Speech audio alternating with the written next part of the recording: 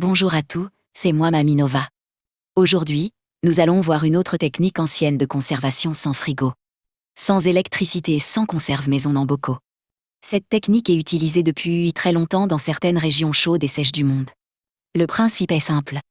Fabriquer un petit frigo naturel avec 2 pots en terre cuite. On utilise 2 pots de type pot de fleurs. La forme idéale est légèrement arrondie et plus large vers le haut. Le petit pot doit pouvoir rentrer dans le grand, tout en laissant environ 5 cm d'espace entre les deux. Cet espace sera rempli avec du sable. Le fond doit aussi être recouvert de sable afin que le petit pot ne touche pas directement le grand. Ensuite, le sable est humidifié avec de l'eau. La terre cuite absorbe une partie de cette humidité. Puis l'eau s'évapore lentement à travers les parois.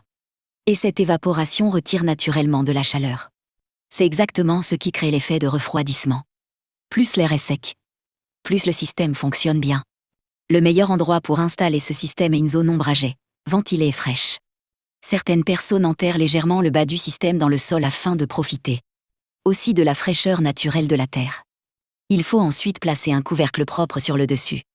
Un tissu humide épais peut aussi fonctionner. Cette technique permet surtout de ralentir le réchauffement des aliments et de conserver une certaine fraîcheur plus longtemps. On peut y conserver temporairement fruits, légumes, boissons, herbes aromatiques, pain, certains fromages. Dans les régions très chaudes, cette méthode permet parfois de gagner plusieurs jours de conservation. Bien sûr, cela ne remplace pas complètement un vrai réfrigérateur moderne. Mais en cas de panne électrique, de voyage, de camping, d'isolement ou de forte chaleur, cette technique peut devenir extrêmement utile. Il faut surveiller régulièrement l'humidité du sable. S'il sèche complètement, l'effet de refroidissement diminue fortement. La propreté reste également très importante. Toujours utiliser des pots propres et des aliments sains.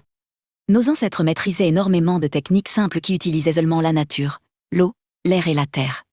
Comprendre ces systèmes, c'est aussi apprendre à être plus autonome et à mieux gérer les imprévus. C'était Mamie Nova. Pour l'astuce du jour.